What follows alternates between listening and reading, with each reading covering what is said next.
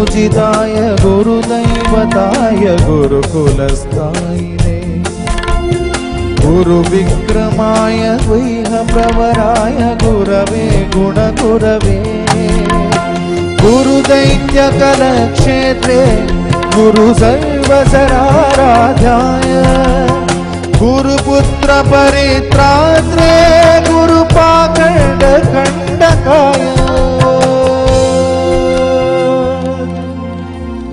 गीतसाराय गीततत्त्वाय गीतगोत्राय धीमहि